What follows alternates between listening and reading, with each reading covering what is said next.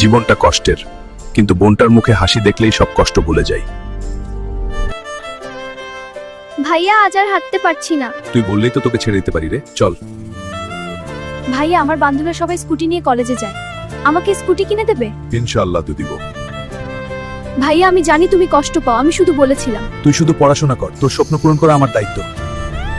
এই ভাই, এটা স্কুটি শোরুম, গরিবদের জায়গা না। আমি শুধু দাম জানতে চেয়েছিলাম।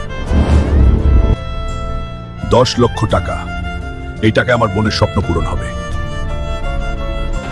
মানুষ, তোরা আমার সামনে কিছুই না।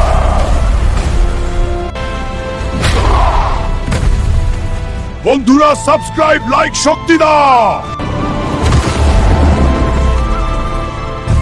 এই যে আমার বোনের তো।